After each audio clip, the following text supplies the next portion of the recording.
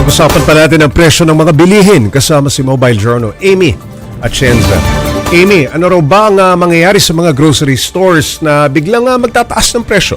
Well, Pops J, ang system kasi ngayon hanggang April 16 talaga bawal. So technically, if nakita or pag may na-inspect itong DTI na nagtaas nga agad yung presyo o kaya may nag-report sa kanila, may mga penalties daw according to that.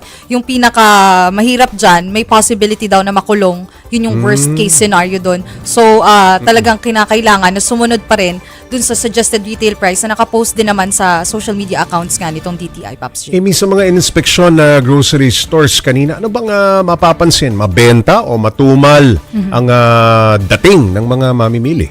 Well, kasi Pops J, nag-start kami around 9:30 a.m. onwards. Medyo konti pa yung tao nun kasi parang kakabukas lang. Pero nakita naman din natin, and nung nakausap ko rin yung isa sa mga may-ari ng grocery store doon, sabi naman nila, wala pa masyadong changes dahil nga, ito, yung pinag-usapan natin, mga daily na pangangailangan, no. So, technically, hindi naman talaga totally nagbago yung bilang din ng mga tao na pumupunta doon. And yun nga, doon din sa mga nakausap natin, mas marami lang din talaga yung mga nag-hoard na Pops J or kaya bumibili ng maramihan dahil ang pinag-uusapan naman nila doon yung pamasahe naman papunta. So doon sila nagtitipid talaga, Pops J. Okay, saan pwedeng isumbong yung mga mag-overprice na tindahan?